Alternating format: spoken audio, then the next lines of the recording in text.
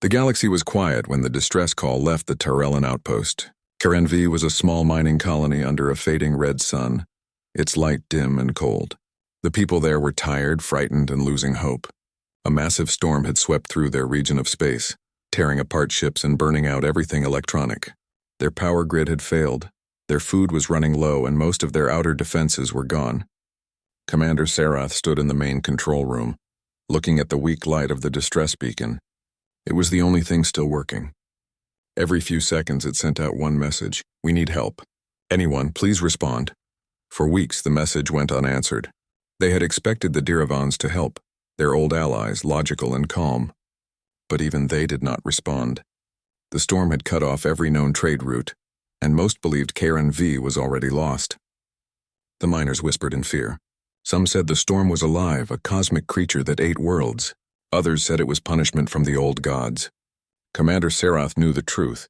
It was just nature, but that did not make it less cruel. Every day the number of working machines grew smaller. The life support systems were failing, and the temperature inside the colony kept dropping. The engineers worked endlessly, but they were running out of parts. Sarath knew it was only a matter of time before the oxygen ran out too. Still, he refused to stop sending the distress signal. It was the last sign that they were alive. Then, one silent morning, something changed. The scanner detected movement in orbit. A ship was approaching fast and without any broadcast code. The outpost alarms went off and the control room filled with flashing red lights. Sarath and his team ran to the monitors. The ship's metal skin was scorched, its engines roaring with heat far beyond normal levels. It did not match any known design. The automated system tried to identify it but failed. Then the display flickered and showed two words that made everyone freeze: Origin, Deathworld, Earth. The room fell silent. For a long time no one spoke. The word Deathworld carried stories older than the Alliance itself. A world of violent storms, burning deserts, freezing oceans, and creatures that could kill in seconds. Legends said humans came from there, creatures of bone and blood who could survive anything. They were said to be brave, reckless, and impossible to predict, but the Tyrellans had never seen one in their lifetime. No one had. Sarath stared at the signal, unsure what to do. Should they hide? Should they welcome them? Before he could decide, the mysterious ship sent a transmission. The voice that came through was calm, deep, and human. "This is Captain Marcus Hale of the Earth ship Vigilant. We received your distress call. We're here to help." Help? The Tyrellans looked at each other in disbelief. No one answered distress calls from that far out. It was suicide to fly through the storm, and yet this man spoke like it was nothing. Sarath hesitated, then activated the comm. "This is Commander Sarath of Karen V," he said. "You are approaching a restricted area. Our systems are unstable. Your ship will not survive the storm." Marcus's voice came again, steady as before. "We've been through worse. Prepare a landing zone. We'll bring supplies." Minutes later, the humans landed. Their ship looked damaged but powerful. The hatch opened and 5 figures stepped out in strange armor, faces marked with dirt and old scars. They carried heavy crates filled with tools and medical packs. The Tyrellans gathered at a distance, watching silently as the humans began working. They didn't wait for orders. They just started fixing things: power conduits, generator cores, oxygen filters. The humans worked fast and without fear. One of them even crawled inside a broken vent that was sparking with live current. When Sarath tried to stop him, the man only smiled and said, "If it's not trying to kill you, it's not a real repair." Within hours, lights began to flicker back to life. The power grid stabilized for the first time in weeks. The engineers could hardly believe what they saw.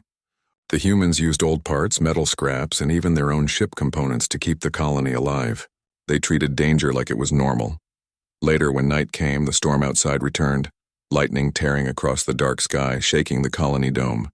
Sarath found Captain Marcus standing near the cracked observation window, looking out at the red clouds. His uniform was old, his eyes calm but sharp. Sarath stood beside him in silence for a moment before speaking softly. "You came when no one else would." Marcus smiled faintly. "That's what we do.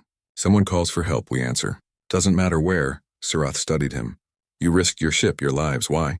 "We are not your allies," Marcus shrugged. "Doesn't matter. You're alive. That's enough." For a long moment they watched the storm together. The wind outside screamed, but inside there was peace. Sarath began to feel something he hadn't in a long time. Hope. The humans were strange, almost reckless, but they gave the colony strength. Even the young miners started working harder after seeing them. The humans didn't command anyone. They just worked, and others followed. But then the scanners beeped again. The technician's voice trembled. Commander. There's another signal. Marcus turned from the window. What kind of signal? The technician swallowed hard. Large energy spike. Multiple ships inbound. They're using pirate codes. Sarath's eyes widened.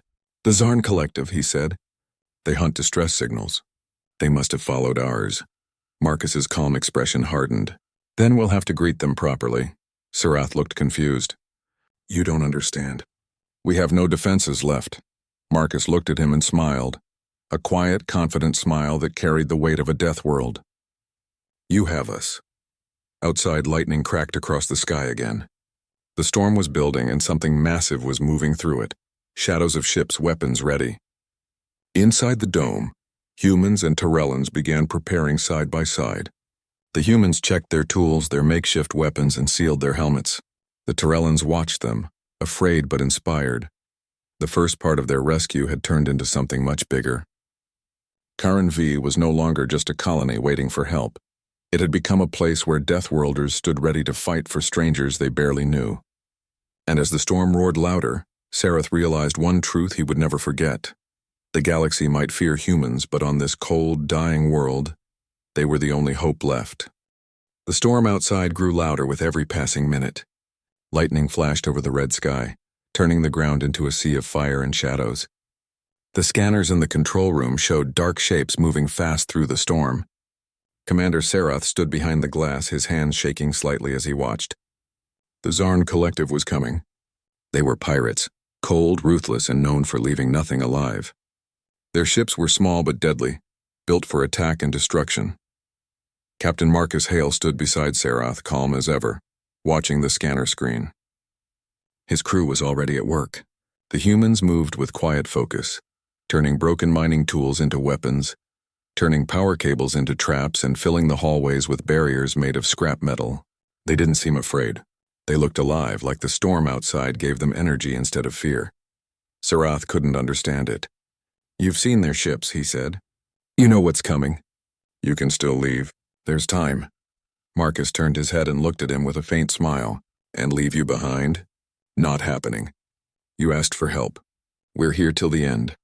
Sarath felt something heavy in his chest. He had seen courage before, but never like this. The humans had no backup, no fleet behind them, and yet they prepared to fight as if they had the whole galaxy at their back. The first attack came fast. The Zarn ships broke through the clouds, firing energy bolts at the colony's shield. The dome trembled, glass cracked, and alarms screamed through every hall. The Tyrellans ran for cover while the humans rushed toward the danger. One of Marcus's engineers, a woman named Daniels, shouted through the comm, "Power cells are unstable, but we can redirect them to the defense grid." "Do it," Marcus ordered, "even if it burns the cores." She grinned and ran off without hesitation. The humans worked like they were built for chaos. They crawled through vents, welded armor plates in the middle of explosions, and shouted instructions through the storm of noise. The Tyrellans, frightened but inspired, started helping. For the first time in their lives, they fought back. The first Zarn dropships landed near the mining field. Dozens of raiders in armor rushed forward, carrying plasma weapons. But they didn't find easy prey. They found traps, buried charges made from human explosives and mining fuel. The moment the raiders stepped on them, the ground erupted in blinding fire. The storm carried the sound across the valley. Inside the colony, Sarath watched the explosions from the window. He could not believe what he saw. "They knew where to land," he whispered. Marcus nodded. "We studied their pattern. They always go for the generators first." Another explosion shook the walls. The humans had set up a second line of defense, tunnels lined with sharp metal fragments and magnetic charges. Every inch of the colony had become a battlefield built from nothing but courage and broken parts. Lyra, a young Tyrellan engineer, ran to help a wounded human who was trying to fix a damaged power line. "You're hurt," she cried. The man looked up at her and smiled even though his arm was bleeding. "It's just a scratch." "Hand me that wrench." Lyra stared at him in disbelief. "Why do you fight so hard for us? You don't even know us." He took the wrench and reconnected the line, sparks flying around them. "Because someone has to," he said simply. "And we're good at it." Outside, the Zarn regrouped and attacked again. Their ships rained fire on the colony, tearing holes in the ground. The humans responded with everything they had.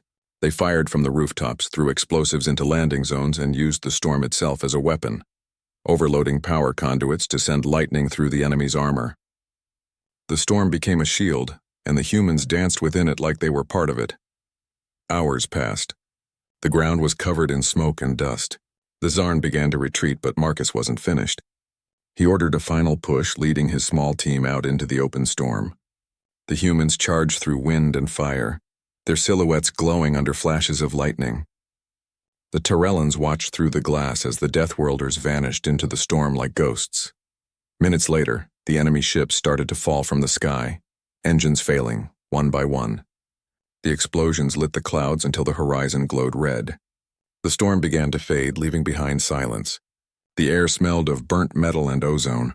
When it was over, the colony still stood. The dome was cracked, the walls scarred, but it was alive. Commander Serath stepped outside, walking slowly through the wreckage. The ground was littered with broken armor and melted steel. Then he saw them, Marcus and his crew, standing together near the edge of the crater, covered in ash and dust, but smiling. Serath walked up to them and stopped. "It's over," he said quietly. Marcus nodded. "For now, you'll be safe." Serath looked at the humans with deep respect. "We sent a call for rescue. We expected ships from the Great Alliances, but none came. Only you did." Marcus looked at him for a long moment before answering. "You didn't just need saving. You needed someone to remind you that life fights back." Those words stayed with Serath. The Tyrellans would later rebuild their world, stronger than before. The humans helped them repair what was left, leaving behind blueprints, energy cells, and a new spirit of courage. Lyra followed Marcus everywhere for days, asking about Earth and what kind of place could create people like them. He laughed softly and said, "It's not a kind place, but it teaches you to never stop trying." When the storm finally cleared for good, the humans prepared to leave. The ship Vigilant stood ready at the landing pad, its hull still marked with burns. The Tyrellans gathered to say goodbye. Children brought flowers made from crystal dust. Miners saluted silently as the crew walked by. Serath stepped forward and extended his hand. "The galaxy will remember what you did here." Marcus shook his hand firmly. "Don't remember us," he said.